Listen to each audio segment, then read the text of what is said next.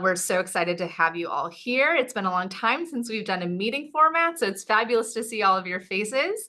And before we get started, I just wanted to do a quick introduction to our fabulous tour guide, Nosson Shulman. So he's been a resident in Israel for 16 years now, specializes in biblical, historical, and geopolitical tours.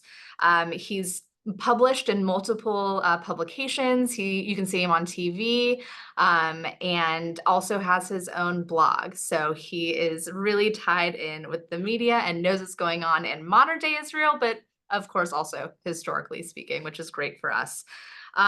He also during COVID was super innovative, like many tour guides, but he specifically created these beautifully made full-length movies, essentially, of tours of Israel that have reached thousands of people at their homes. So really bringing Israel into people's homes, which is fantastic.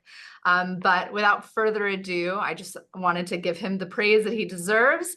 But without further ado, Nosson Shulman, please take us away, take us on our tour of Jerusalem of Gold. Thank you. Absolutely. Welcome. Hello, everyone. Could you see me? Could everyone see me? Okay. Let me just put this on here.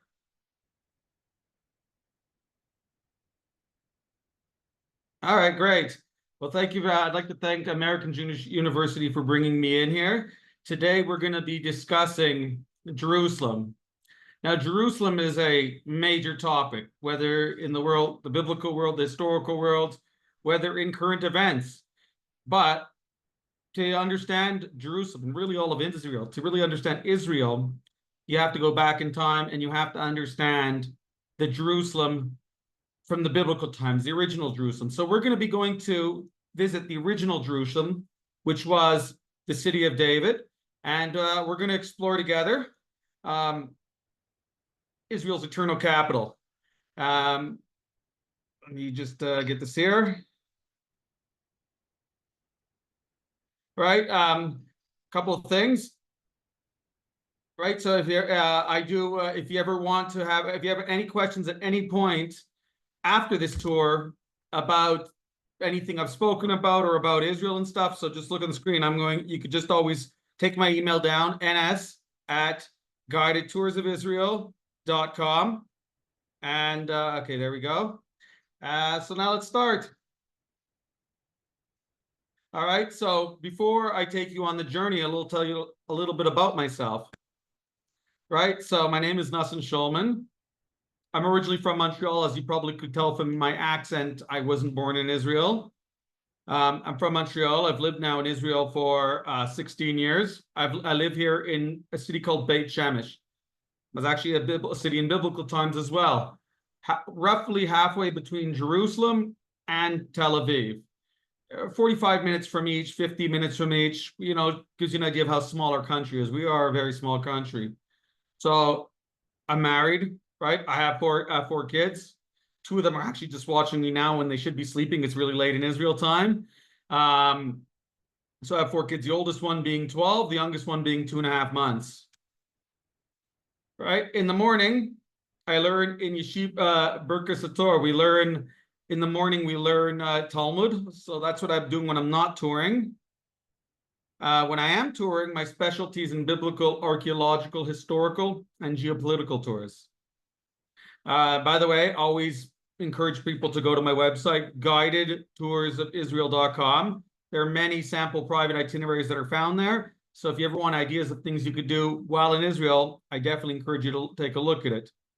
As Alyssa mentioned, during COVID, I created Israel's first 2 professional full-length tour movies, right, that replicate actual tours and brought tours into the house of many people. And my website for that is virtualtoursofisrael.com. And yes, there are sneak preview videos on it. The last thing I'm going to say about myself is that I've written in many publications. My articles appear weekly in 3 major publications, mostly on off the beaten track biblical sites, but also on current events. I try to emphasize more the news that people find important, but it's less reported because there's a lot of news out there. So just before we start, Jerusalem is a city that really arouses the imagination, the emotions. And Jerusalem means a lot of different things to a lot of different people. There are different perspectives out there. The perspective I always take from my tours, full clarification, no transparency. I consider myself unapologetically pro-Israel, and when I give over the historical events and the biblical events, I give it over as historical fact. If you were to go to, let's say, Iran, or to go to Ramallah, or even some of the Ivy League courses on some of the campuses, people might have a different perspective than I have. There's probably more than one, but with only about an hour, you can't give everything. So I give over to you what I think are the most important points. So here's Israel. Here's a map of the state of Israel. If you go to the top, right? So Israel is a small country. Where my arrow is up here, this is a place called Metula. It's on the Lebanese border, right? It happens to also be one of Israel's most famous skating rinks, so that's how you might know it from. And this is Eilat on the Egyptian border. To get from here all the way over here, it takes about 6 hours. There's no traffic, 5.5 hours. And if you're an Israeli driver, more like 5 hours. Jerusalem is right over here, you see? Jerusalem is over here in the mountainous region, and it's a very old city. Now, by the way, I just want to make a point that the state of Israel today, the borders you see are mostly the borders of biblical Israel, but the borders of biblical Israel went further north into Lebanon and not as far south as Eilat. So before we go on to ancient Jerusalem, let me just give an overall summary of some of the facts of Jerusalem, because I mean, Jerusalem, we say in Hebrew, Ein L'davar Sof, there really is no end to it. But here's some key facts. Jerusalem has been conquered approximately 40 times. I can't think of any other city in the world that's ever had that kind of conquest. Conquered. I'm not talking about attempts. There's been more attempts, as we're going to see, over 100. But it's been conquered successfully 40 times. And of those 40, 18 times it was completely destroyed and had to be rebuilt. And now, by the way, that is why Jerusalem has so many different archaeologies from the Romans, from the Muslim period, from the Crusader period. You're going to see all these different types of periods because all these empires left their marks with their construction. It's been, as I mentioned, it's been witness to 100 attempts of conquest. It's mentioned 660 times in the Tanakh or Hebrew Bible or the Old Testament. It is not mentioned in the Quran at all. It is, according to Muslims, it is hinted to in the Quran, where I believe it's the 15th chapter, where they talk about Muhammad going from the furthest mosque to, the closest mosque, which they believe to be in Mecca, to the furthest mosque, Al-Aqsa, which literally translates, the Al-Aqsa mosque means the furthest mosque. Right? So the furthest mosque. Now, it's not mentioned explicitly in the Quran, and there's a chance that it might have been talking about a different mosque, because in Muhammad's day, he died in the year 632 CE, and the Muslims only conquered it 6 years later under Omar, 638. So there was no Al-Aqsa mosque. There was no mosque in Jerusalem at the time. Of course, any of you who have ever been to Israel will be able to testify that one of the places that you for sure are going to want to visit, a place that your heart is there, even if it's not the first site you visit, it's on your itinerary, and that's the Western Wall. The Jewish heart cannot be removed from the Western Wall, and that's why we pray in that direction 3 times a day. Most of you probably know it as east. I actually know it as east as well because I live just about 40 minutes from it. But if you're in the city of Sfat or in Tiberias in the north, you're praying south. So whatever the direction of Jerusalem is. And in 2024, this year, Jerusalem became the first Israeli municipality to reach 1 million residents, which shows you how small of a country we are. When on 2023, we didn't have one city that had over 1 million people. Right? So standing, here's a picture of me standing from my video, standing in front of the Temple Mount, inside the old city. And by the way, you could see behind me, you could see the Al-Aqsa Mosque, the mosque which is to my right, above me, that dome. That's the Al-Aqsa Mosque. Now, by the way, people look at the pictures, they see the Golden Dome. The Golden Dome is not a mosque, it's a commemoration shrine. The mosque, or the Al-Aqsa Mosque, isn't the Golden Dome, it's the one behind me. So since we're talking about Old Jerusalem and we're in the Old City, you're going to think, well, now we're in the city of David, right? Not exactly. You see, to leave the Old City, to get to the ancient city, you have to leave the Old City. You leave the Old City and then you get to the ancient city, right? Here's the Dung Gate. Anyone who has ever been to the Western Wall, has ever been and taken the number 2 bus, very famous bus, or just taken a taxi from the Western Wall, that's the gate you're going through. That's the Dung Gate. It's one of 9 or 11 gates in today's Old City, depending on how you define a gate. Why do I say that? Because there are 2 gates, the Mercy Gate and the Hulda Gate, which are sealed. So are they gates? Yes. Are they, can you walk through them? No. So I put 9 out of 10. It is the gate closest to the Western Wall. The name comes from a Second Temple era Jerusalem Gate, which had the same name from the book of Nehemiah. Now, why is it called the Dung Gate? People often think, it's not the best smelling name, right? Happened to be that before we had the pipes, before we had sewage, you had to take the waste out the city. And the place where where it was taken outside the city was through the Dung Gate, hence the name. And the name just stuck. Now here, as I told you, to get from the old city to the ancient city, you have to leave the city of today's old city. So look, here are the old city walls of Jerusalem today. Here are the city of David walls, or what was the city of David, completely outside the city walls. Now I told you, just went out the Dung Gate, this little green mark you see. And now we're going to walk from this green all the way to over here to David's palace, and we're gonna see a few things along the way. Let's go explore and have a great time. So we're done. I don't know if you guys can hear that because I can't hear. Let me take that out. Let's go explore and have a great time. So we're going to be walking outside the old city. Now wait a minute, why are we leaving the walls? It doesn't make any sense. We came to the old city.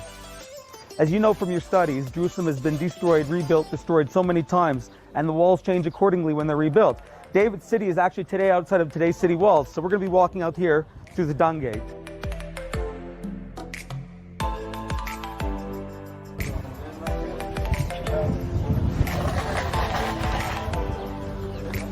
As we're walking down to the city of David, I want to show you something very special, something which is not usually on the itinerary, and a recent discovery. Now, if you look down there, coming up, you're going to see over there the palace of a woman we know. Her name was Queen Elena, and she lived over 2,000 years ago. She was the queen of a place in modern-day Iraq. She converted to Judaism, and she's going to come and decide to live here in Jerusalem with her son.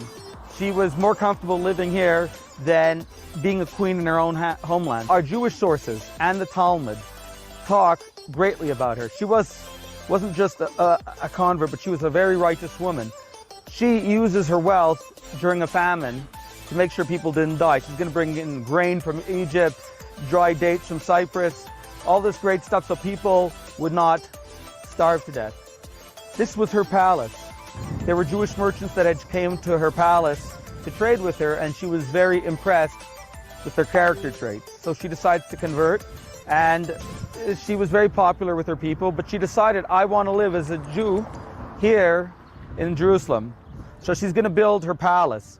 Now it's noteworthy to note that she was going to build her palace down there as opposed to up on the hill. Why does that matter?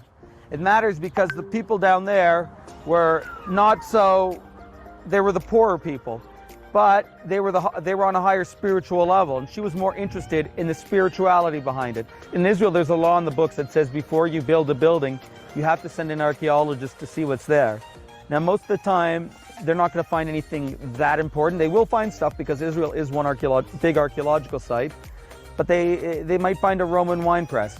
Now, Roman wine press to Americans might sound impressive because over, thousands of years ago, you don't have that in the United States. But in Israel, a Roman wine press is a dime a dozen. I had one in my backyard practically.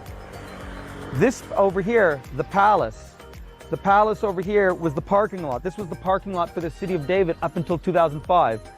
Buses were parking here, had no idea what was underneath their wheels. And then what happened?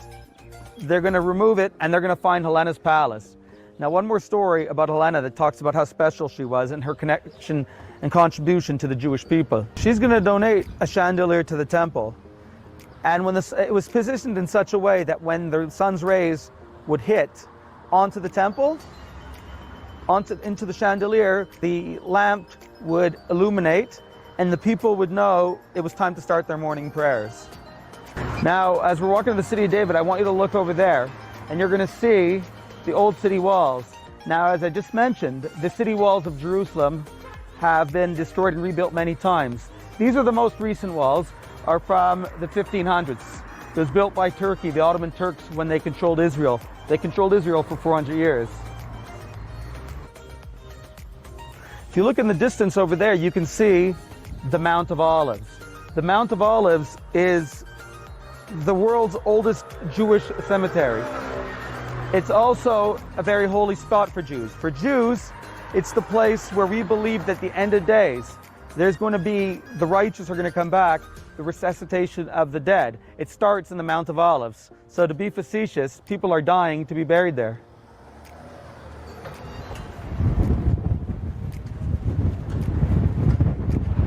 You see, when I visit the city of David, even though I visit there very often, my blood still tingles just the thought of being able to visit the place where it all began. Now I want to show you something very special, a very special type of tree. It's the national tree of Israel. It's the tree that's most mentioned in the Old Testament, the Hebrew Bible, and it's the tree that's also most mentioned in Talmud, which is Jewish scripture. That, of course, being the olive tree. The olives, of course, are one of the 7 species that the Bible mentions is native to Israel. If I wanted to pick one and eat it, it's only edible once pickled. I wouldn't be able to eat it. And olives are an interesting tree because they're every second year tree. So if it gives fruit this year, it won't give fruits next year. If you own an olive orchard, you're going to have this year fruits and you're going to have next year fruits. We're almost there. Welcome to the city of David, where it all began. Come on in.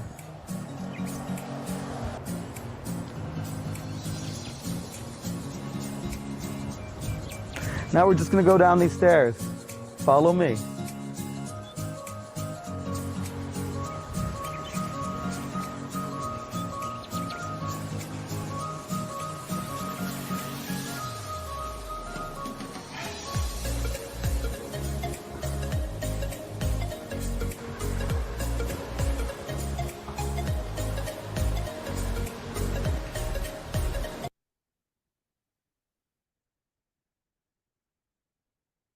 All right.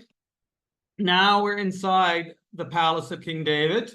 We just took a walk from Dungate to David's palace. You can see a picture of me here doing 2 different types of tours. Where in King David's palace are we specifically? We're inside the basement. King David's, it's really cool to be able to be into a place that's mentioned explicitly in the Bible. Now, when it comes to things that came from that long ago, it's very hard to say that this is the place. You have 3 archaeologists, 4 opinions. It's hard to get them to agree on anything. But as far as I know, there are no arguments whether this is David's palace or not. It seems to be pretty much an agreement. And based on my research, I believe this to be the case. So we're in the basement of King David's palace. Now, what did the palace look like back in its day? A little like this. King David's palace, you could see, was made out of fine masonry. It was made out of very, very nice cedar wood. Cedar wood was the creme de la creme of the ancient building world, imported, brought all the way from Lebanon. And by the way, the Lebanese flag today is the Lebanese cedar. So it's a very big part of their heritage, and it's one of the best trees ever for building. Now, how do I know that this house was made out of cedar? the biblical verse. The king said unto Nathan the prophet, see, right, and that's by the way, Nosson is Nathan in Hebrew, or Natan. See now, I dwell in a house of cedar, but the ark of God dwells within the curtains, right? So we'll get to that in a second, but the house was made out of cedar. Where's the cedar today? So when you go back into history, it's very hard. When you see something that's 3,000 years old, it's very hard to pinpoint exact days where something happened. So, it's hard to say an event 3,000 years ago to say, oh, it happened on March 22nd. Here we know when it was destroyed. We know it was destroyed on the Jewish holiday of Tisha B'Av in the year 422 BCE. By the way, you'll see some history books say 586 BCE, and I'd say the majority of history books say 586. I personally believe it to be the other date, the other opinion of 422 BCE, but most books will say 586. But we're talking about the destruction of the first temple, which was also the destruction of the palace. Now, if this is David's palace, there are many things that happened here that still affect us to this very day, that will affect us in the future, and that affected us in the past as well. Number one, it was in this palace that Jerusalem became the eternal capital of the Jewish people. The temple, the whole idea of having a temple starts in this very building. And of course, the Messianic line, right, comes from King David, King Solomon, starts in this building. So let's do that in order, right? The beginning of Israel as Israel's capital. Originally, Israel, when King David became king, he was king for 40 years. In his first 7 years, he was king of Israel from Hebron. And you can see, by the way, behind me is the Cave of the Patriarchs, right, in Hebron. The Hebron was our capital before Jerusalem. And then David, as his verse says, and David and all of Israel went to Jerusalem, and David captured the citadel sign, meaning this building, because that's the citadel. That is in the city of David, and David dwelled in the citadel, in this very building. One of the first things he's going to do is he's going to summon, right? Now that he's already built his physical capital, he has to build his spiritual capital. So he's going to call for the Ark of the Covenant. The Ark of the Covenant was housed the tablets that were given to Moses, both the broken tablets, right? God gave the tablets to Moses on Mount Sinai. After the golden calf, those tablets were destroyed and broken. And they were the second half, then God gave them another set of tablets. So both those tablets were in the Ark of the Covenant. And the Ark of the Covenant was kept in the tabernacle, right? So if you go over here, right, for 369 years, the tabernacle or the temple, this was the temple, a temporary temple. Before we had an actual temple that was to be permanent, it was more of a, as you can see, it was more of a tent structure, it was more of a temporal structure, right? So Shiloh was there for 369 years. The Ark of the Covenant usually went into the battlefield. And unfortunately, in the battlefield of Ebenezer and Aphek, we lost to the Philistines. And they're going to steal the Ark of the Covenant. And they're going to bring it to the city of Ashdod, which was a Philistine city. Now, interestingly enough, right, most of these cities that you see are still cities today. Most of the cities in Israel have some sort of, let me just fix this, have some sort of biblical connection to it. Ashdod today is the largest port city in Israel. 60% of Israel's goods come from there. So they were there. God was not happy with them having it. He struck the people with different diseases and hemorrhoids and destroyed their temples, and the people got spooked, and they sent it to another one of their cities, which is over here, Gath. Gath was where Goliath was from. He was a Philistine.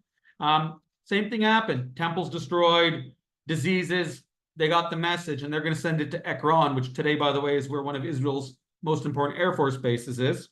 But at the time was a Philistine city. He's going to send it to Ekron, and same thing happened. Collectively, it was 7 months with the Philistines. And then they said, you know what? We don't know if this is a coincidence or if this is God doing this to us, but we do know that we don't want this in our territory anymore. It's too much of a liability.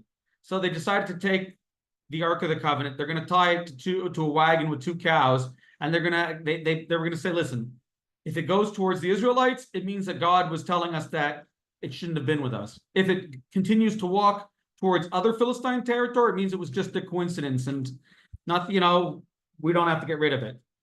And lo and behold, according to the biblical account, it came to my city of Beit Shemesh.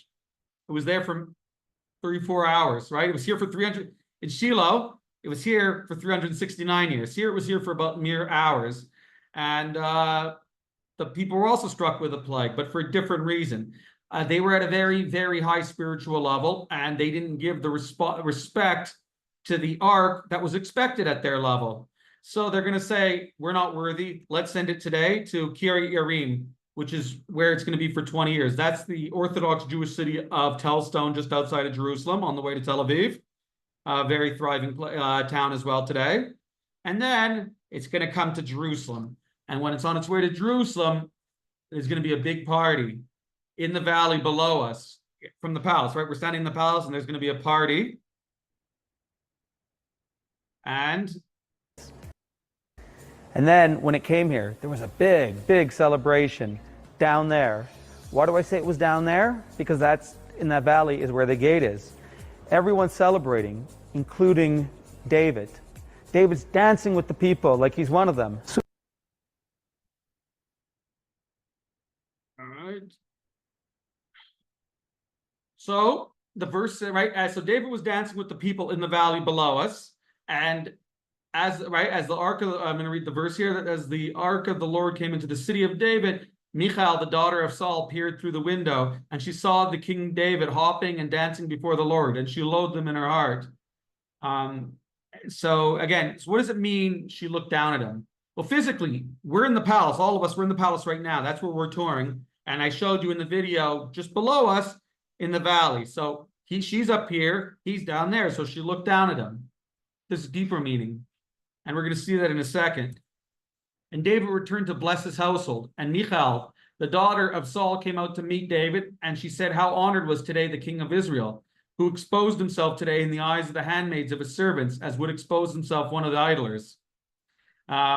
So she was criticizing him. David, what are you doing? You're not acting like a king. And it's very hard for today in our society to understand what a king is. Because today everything's about equality. Everything has to be equal. The leader has to be one of us. But in the ancient time, to have a king, the king had to be above that, right? Your king didn't take out the garbage in front of people. There's nothing wrong with doing manual labor. But if you're the king, you shouldn't do it in front of your subjects. And in fact, according to Jewish law, a king isn't even allowed to give up on his honor because he needs to rule. He needs to have that strength. But she was wrong at her level. Why? And David said unto Michal, before the Lord, who chose me above your father, and above all his house to appoint me prince over the people of the Lord, over Israel. Therefore I made merry before the Lord.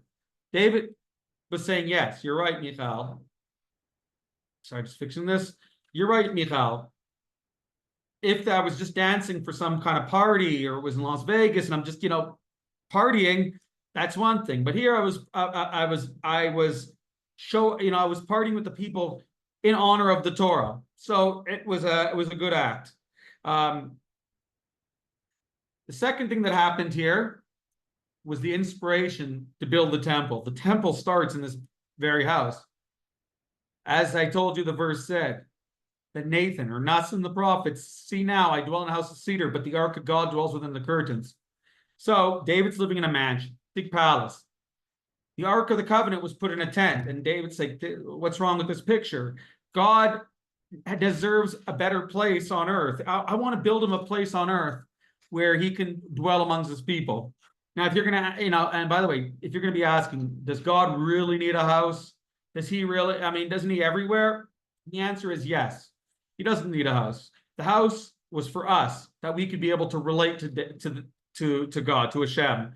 So he allowed us to build a place for him to dwell. And David said, listen, God dwelling in a tent, that's just not right. So I'm going to build a temple. And so here's a map of the city of David, where you see that, right? Where you see this, that over there is King David's palace. And he's having these thoughts. So he's going to go and buy the empty fields of Mount Moriah, where Abraham bound Isaac, right over here, you see? He's going to buy that land, and he's going to, he wasn't allowed to build a temple. He was because he had been to war. Now there was nothing wrong with the wars he did. All of his wars were justified, but still the temple has to be built by someone who was never in war. So his son Solomon built, but David was the one who bought it. By the way, just so you can understand where we are geographically, this blue over here, sorry, this blue is where today's Jewish quarter is. So he has the inspiration to build the temple. As Solomon's going to build the first temple. That's going to be destroyed by the Babylonians. Some say 586 BCE. I say 422 BCE. Second temple will be rebuilt. Right? The building was so beautiful that the Talmud says someone who's never seen this building has never seen a beautiful building. And it's not just the Jewish sources that talk about. The Roman sources are in awe of the miracles that took place here. That's going to be destroyed by the Romans in the year 70. And by the way, that to put into context, that's when Masada was destroyed, was 3 years later, but the same war. And Jews believe the third temple will be there. Now, one question I want to address. Why is David paying for land that God had promised him? God promised the Jewish people the land, yet David, who just conquered the last of the Canaanite strongholds, why is he buying the land that belongs to him? And here we see that there are three places the Talmud says the Jews paid money for in order that no one should lay, even though it was already there, so no one should claim it was stolen. The Temple Mount, Cave of the Patriarchs in Hebron, which you can see over here, the burial spot of Abraham, Sarah, Rebecca, Isaac, Leah, and Jacob, and the burial tomb of Joseph in Shechem, today's Palestinian city of Nablus. In this city, by the way, Jews are not allowed to visit. They're allowed to visit once a month at midnight with a special armed bus that's escorted by the army. That's these people that are here are on that special night. But you could see why they're paying the money for it. Well, they realized that in the end, right? The Talmud says someone who's a wise person, someone who thinks ahead. They realized that people would later claim we stole the land, right? We're going to say Jews, we took the temple, we took the Hebron, right? Because others also revere Abraham. They call him Abraham. So that's why we paid money, so no one should later make that claim. So they did that for that reason. And the Messianic line was conceived in this building. David is standing on his roof of this building where we are right now. David's standing on the roof and he sees Bathsheba, right? And it says, and it came to pass at the time of the evening that David arose from his bed and walked upon the roof of the king's house. And he saw Bathsheba. He invited her into the king's palace. They got married. They had a child. That child died in childbirth. But the next one was Solomon. And from him comes the Messianic line. And think of world politics. Think of religion. Think of how influential Messiah has been in religion, theology, not just Jewish theology, international relations. So, yeah, I mean, all three of these things, Jerusalem is the eternal capital, the temple, the Messianic line have implications which are very much relevant today, whether you're Jewish or you're not. One thing before we leave the city of David, they found this royal column there. It's called the Proto-Ionic capital. These were the pillar capitals that supported the roofs of nearly every palace in biblical times during the Judean monarchy. One of the, right, here, right, there have been 20, let me fix that, sorry. There have been 24 that have ever been discovered here. 24 of them have been discovered. One of them was at the city of David. Why do we now? The Israeli government wants to connect our past and our future. They want to show, look, we didn't just become a people of Israel. We didn't just become indigenous to the land in 1948. We had a past here of Jewish sovereignty. So it was so important to them that on today's 5 shekel coin, right, you could see the Proto-Ionic capital, which later became very popular in Greece. So now we're going to leave the palace and go down and see some really cool ruins.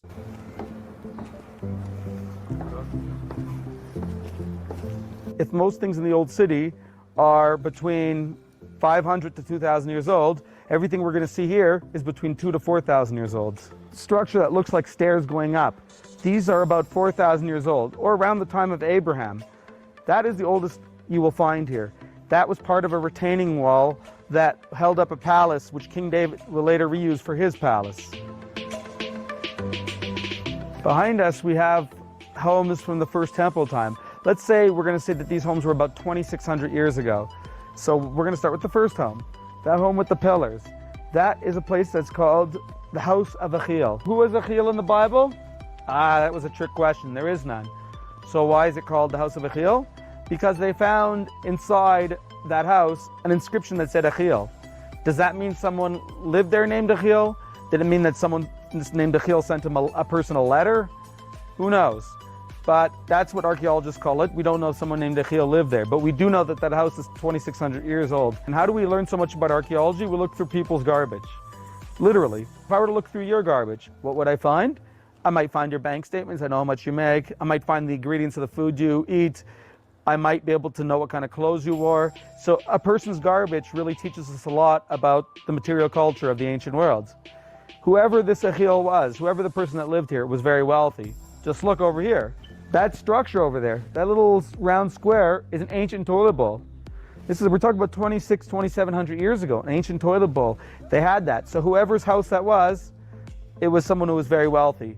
And it was at least an extra story higher, not just one floor. How do we know? Stairs. Stairs aren't just built to go nowhere. Stairs have to be going somewhere. So that's another reason why we know that the people that lived here had quite a bit of money. It was also connected to the palace of the king. But the most impressive finds were found below us. 51 names were found. 45 of them were legible. And these are names that are connected with the destruction of the first temple in the book of Jeremiah. Jeremiah gets a prophecy not too far from here that God's going to destroy Jerusalem if the people don't repent. And Jeremiah is going to come and warn the people. And people like to be told what to do, right? No, of course not. So Jeremiah comes and warns the people, if you don't do repentance, God will destroy his temple and the city of Jerusalem. And the people thought that was foolish. See, we have a problem that we can't understand what a world is like with a temple. They couldn't imagine a world without a temple, that God would destroy his own home. They're speaking silly. They decide they're going to kill him. There was one man named Achan, son of Shaphan, who says, my brothers, why should we kill him? Let's just put him in jail. His whole goal was to save his life. He was a good person. He did it to save Jeremiah's life. That was one of the names that was found here. So Jeremiah is going to be thrown into a pit, a jail. And he might have thought to himself, hey, I tried to help these people, and this is what they do to me? Okay, I did my good deed for the day. But Jeremiah had unconditional love for his fellow brothers, Jewish brothers. What's he going to say? If I can't get them the message because I'm incarcerated, someone else will. So he's going to call his scribe, Baruch, son of Nariah, to come and write down his message. That Baruch, son of Nariah, was also found here. So where is he going to go? He's going to go to the office of Gemoriah, son of Shaphan. And it would be up there because the hill slopes this way. So by gravity, the voice will travel to as many people as possible. That name was also found here. Ultimately, Jerusalem was destroyed. The people didn't do repentance at the level expected of them. But there's a silver lining here. We see in the book of Jeremiah that Jeremiah is going to do something funny. He's going to go and buy a vineyard after all of this happened. Now, anyone who has prophecies won't go and invest in the wrong stock market. He knows that the people are going to be exiled, yet he's buying a field here when it's going to be destroyed. Who does that? So Jeremiah was trying to say, no, it's true. There's going to be an exile from Jerusalem. Jerusalem will be destroyed, but we will be coming back. How certain of this am I? I'm willing to put my money down on this to buy a field. And generally, if someone's willing to put his money where his mouth is, he's very serious about what he's saying.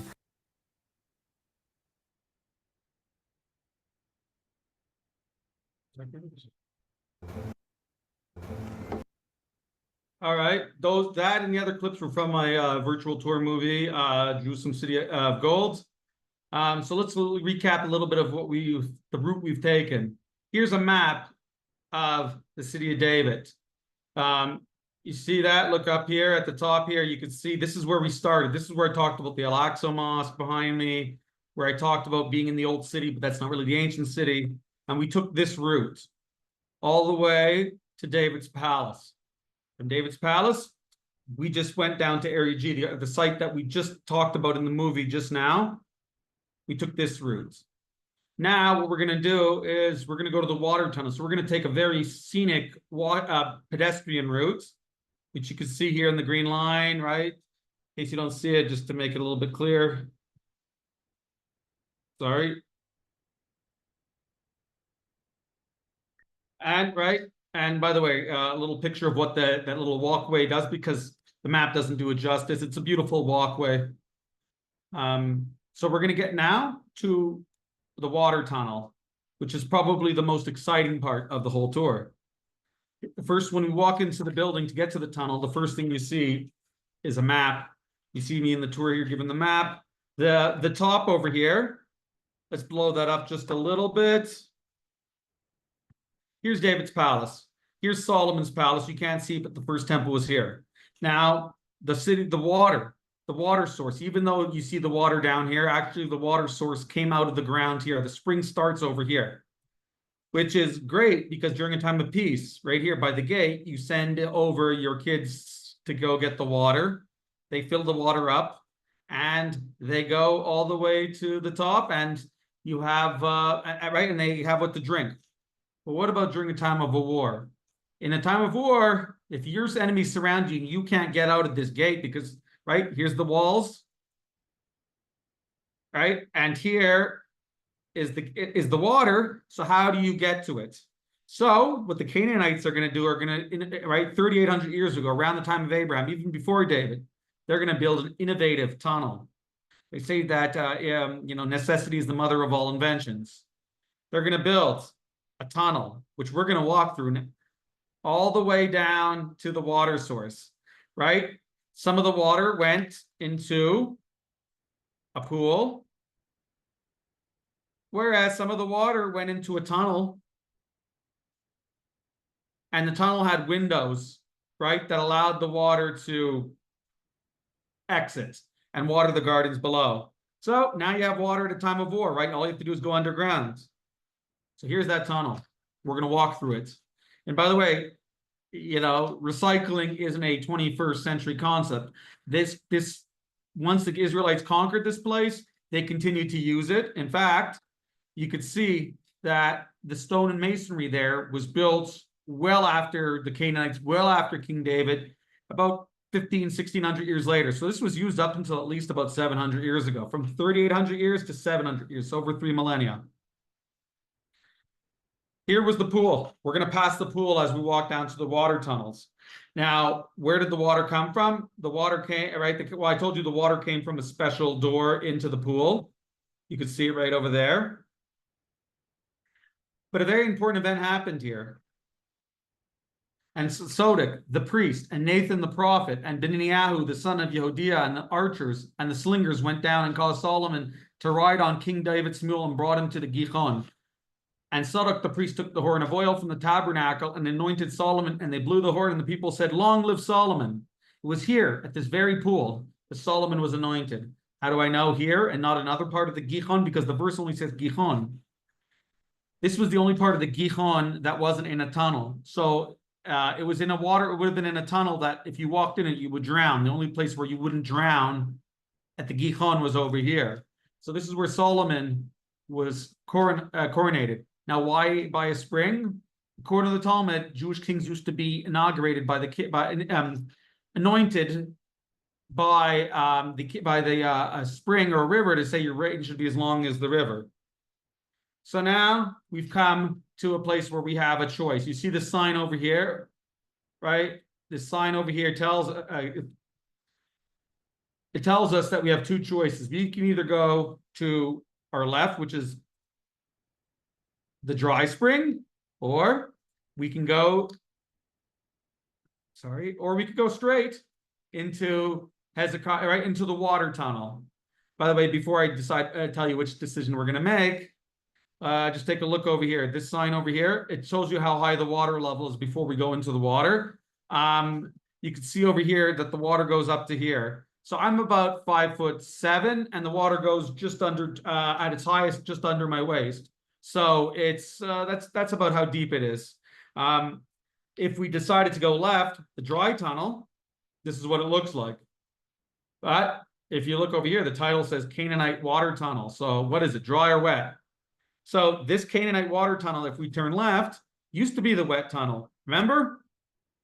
Remember this little spring over here, this thing here with the water going up and down? That tunnel was the tunnel from about 3,800 years ago until Hezekiah, the king of Israel, decided to build a new water tunnel lower down by gravity, which meant that the water, the spring, this was dried out, and it's been dried now for 2,600 years.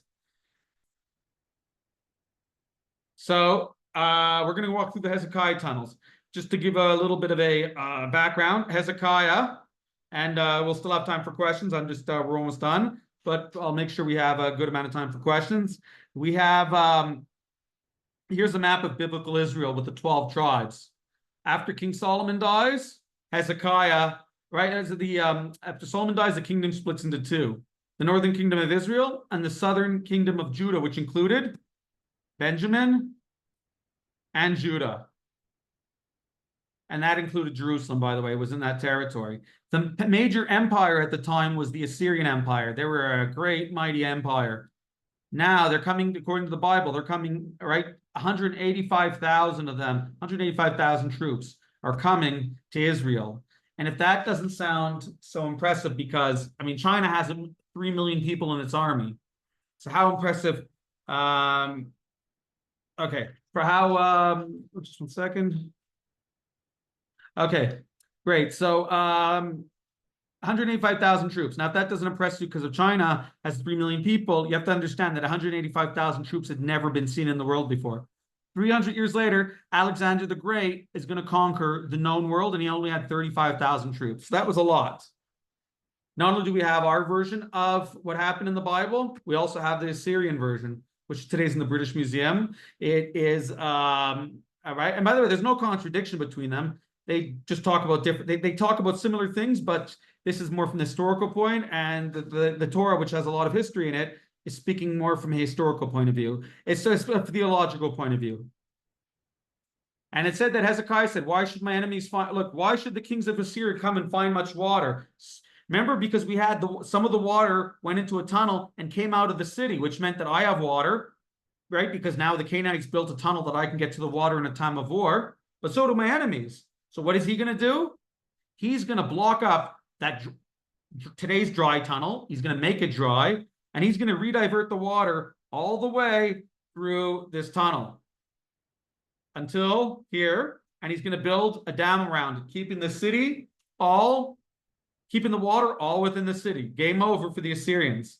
Ultimately, miraculously, right, there was one place the Assyrians, right, the Assyrians continued their advance, but they lost this war due to a series of miracles that both the Torah relates and they relate, the Assyrians. You can see the one place that stayed independent was Judea. And by the way, how did Sennacherib, the king of Assyria, how did he justify how he lost? How did he explain it? He said, well, I conquered this capital city. I conquered this capital city. He couldn't say that about Jerusalem. So what did he say? I caged it like a bird. In other words, I didn't get the job done. I laid siege and I failed. So that's in the British Museum today. Now we're going to walk through the water tunnels. Don't forget to bring your flashlights. Here's me starting with, kids love to go into the water. Summer, it's always great. The winter, not so much. But if you have kids, they're going to want to go even in the winter. And here are pictures of inside the water tunnel. And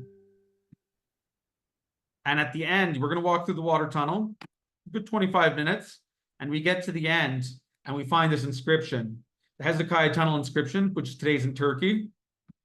And it says, the tunnel, it basically talks about the construction, because this tunnel was so built, even today, our engineers don't know how they built it this well. They didn't have any phones, they didn't have any compasses, but they built it so well and so perfectly.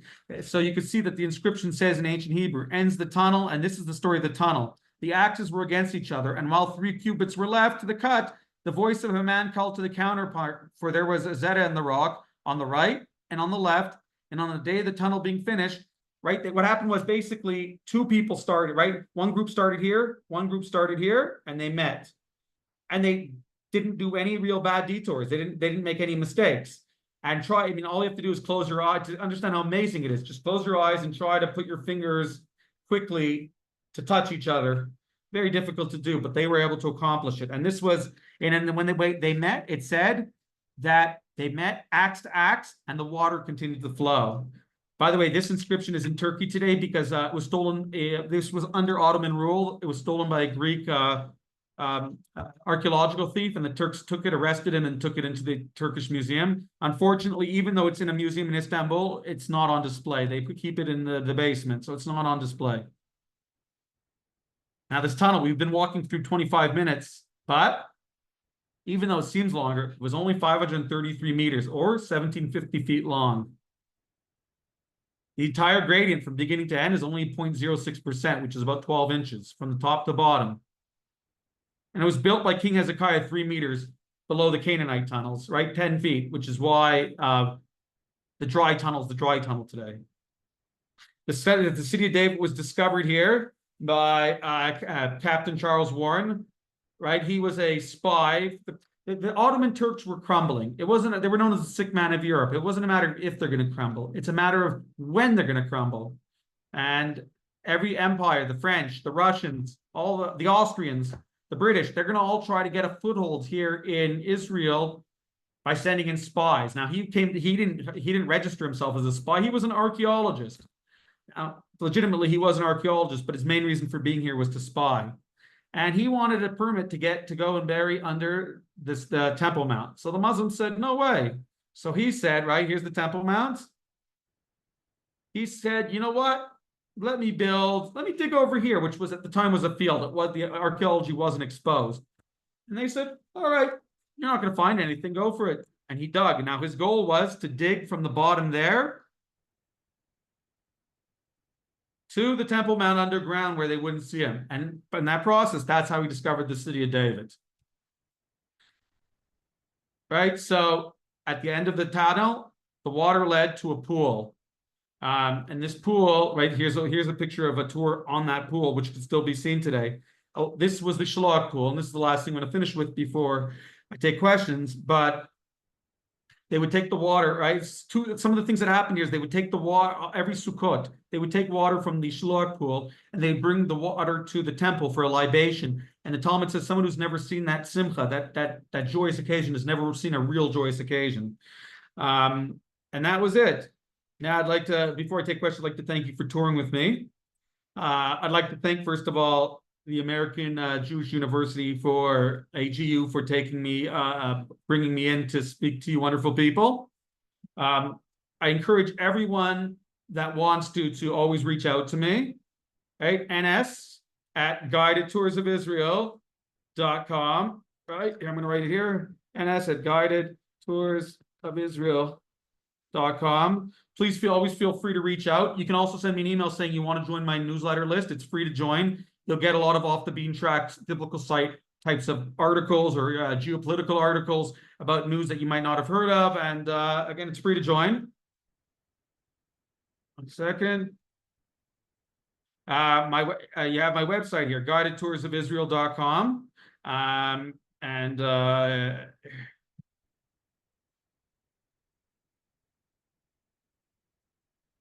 And there's some sample itineraries. I also have a lot of articles there. So again, send me an email and I'll add you to the list. You have, that's guidedtoursofisrael.org is my blogs. And virtualtoursofisrael.com is where you're going to find my the videos that you saw. It has a Hebron and a Jerusalem tour video. And just for the fun of it, to enhance your experience of anyone, I do encourage everyone to try to buy the video. When you buy it, you get automatically a link to an email link to your email, and you can watch it right away as many times as you want. You can watch it now, you can watch it later. But for anyone that signs up today, it's good till tomorrow. Just put in the code. Just type in AJU. Right? Actually, I put it as capitalized. Don't put it as capital letters. But put in AJU. And you'll get 20% off, and 10% of all the proceeds will be donated to 4 brave Israeli farmers and their families living near Gaza that their farm was largely destroyed on October 7th in order to help them rebuild. So with that now, I'm going to take some questions, and I got it here. Let's see. First question. Did each family send someone down to the pool for water each day, or were they water sellers or the other ways to get water? Generally, depending on how much, if you were wealthy, you had people coming to bring the water. Again, I don't know if I said it clear. So again, the question was, who got the water every day? Was it the water schlepper, the person who, or did you pay, or was it the family members? If you were wealthy, you probably paid someone to do it. If you were less wealthy, you probably went out, or you wanted the exercise, you went out to get the water. But I mean, when we talk about exercise, it was strenuous, it was hot, good question. As someone with mobility issues, I'm delighted to know you offer virtual tours. Thank you. You get to experience you get to experience Israel through the tours without having to leave your couch. All right. So, any more questions?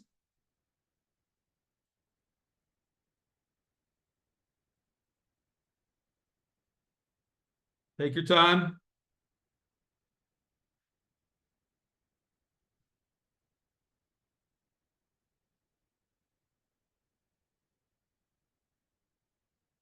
Is there a replay of this tour? Is there a replay from this tour? I'm guessing that AJU, I think they did. You'll have to ask them. I think they did record it. Correct me if I'm wrong. But yeah, I think the AJU did tape it. Correct me if I'm wrong. Thank you, Tanya. Yeah. So everyone who did get to hear this will get a recording.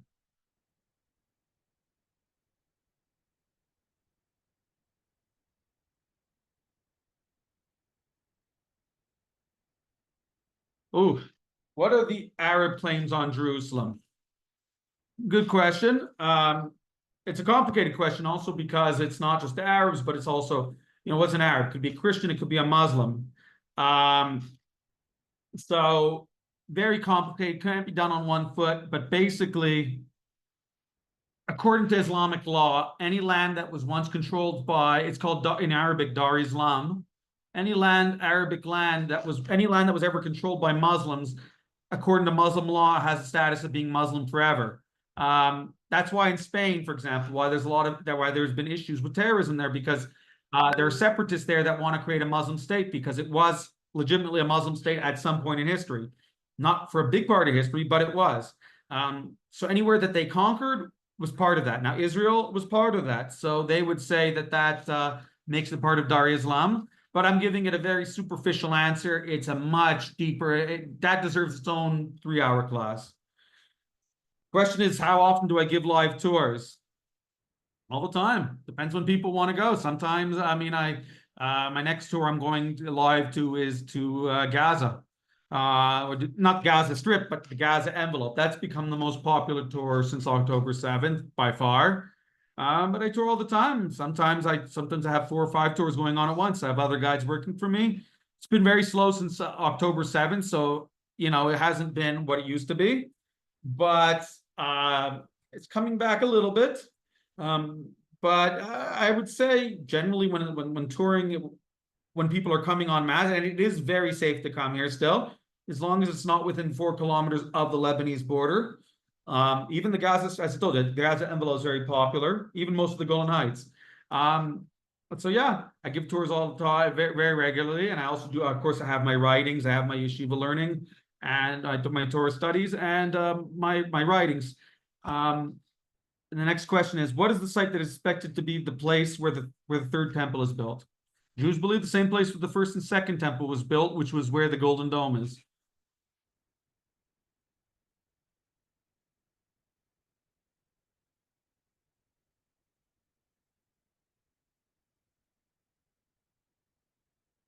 How are the sites protected, remain intact with so many visitors? City of David actually does a very good job. I mean, this first of all, this good thing about a lot of these sites is the good thing about the site is that the stones.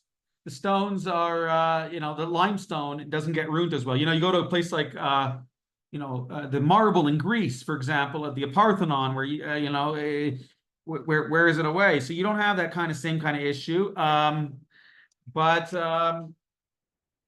we don't have it's not the pyramids, but I mean, the reason why we have so much here is because there's just so many there are over 2,000 recognized archaeological sites in the municipality of Jerusalem alone.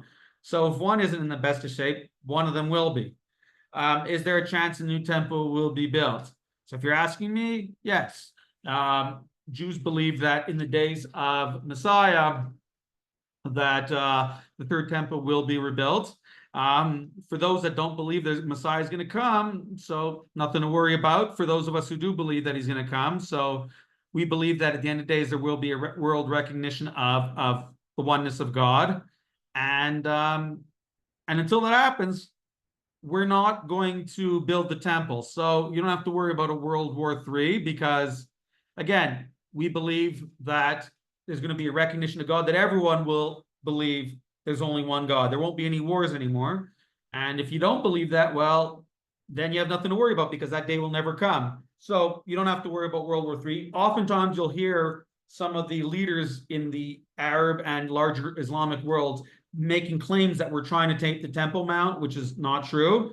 For legal and religious reasons, I don't go up to the Temple Mount. Legally, a Jew can't go up to most of the Temple Mounts. Religiously, I wouldn't go up there until the third temple's rebuilt. So again, when you hear about in the news, Jews are trying to take over the temple, not true. But yes, do I believe the third temple will be rebuilt? Yes, I do. But it won't be built before Messiah. So again, if the person doesn't believe in Messiah, doesn't have anything to worry about. A person that does could be very excited. Let's see, more questions.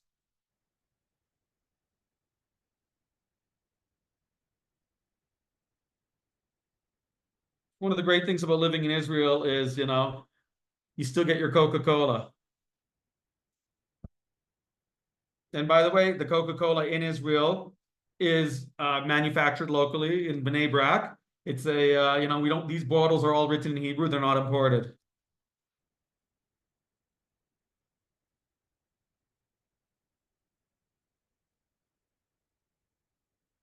Why can't Jews go to the Temple Mount?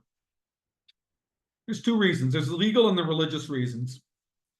The legal reasons is that Jews are not allowed to go to most of the Temple Mount, especially since 2000. It used to be before the second Intifada that Jews, Christians, anyone could go up there.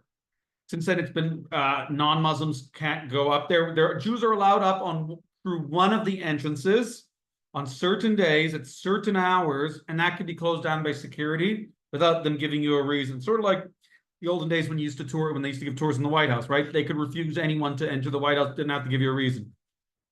So that's legal reason. And Jews are not allowed to pray up there. They're not allowed to, so if you pray, you will be arrested. Again, we're talking, these laws are not kind of laws that you would kind of, in the States, we're separation church and state, so these aren't laws that are familiar to there. But in Israel, these are actual laws. From a religious point of view, right, a Jew, before he goes to the temple, has to be what's called Tamei Meis. He can't have been to a cemetery, which everyone alive today has the status of having been in a cemetery, which means you're impure. In the temple, days of the temple, they would take the ashes of the red heifer, they would sprinkle with you, you'd become pure. We don't until the days of Messiah, the red heifer probably won't be found, so we won't be going up until then. So that's it for that. That's the religious reason. And again, there's the legal and the religious. So again, we're not trying to seize the land. On the contrary, I would prefer as a religious Jew that people don't go up there, or Jews go up there. So with the Muslims, I guess we're in agreement on that. Who owns the land of the temple? In 1967, Israel took it over, and Moshe Dayan gave complete access to the Waqf, the Muslim rulers. So the Muslims have sovereignty. Jordans, particularly the Jordanian religious authorities, have this up there. Everything around the Temple Mount is controlled by Israel, like the Western Wall. But the Temple Mount Authority is Jordanian.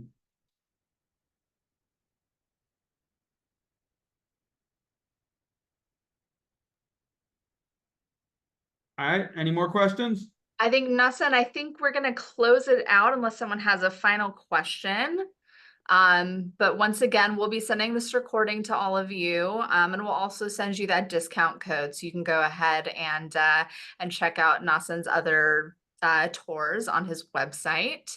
But once again, thank you all for being here with us today. Check out our upcoming events at open.aju.edu.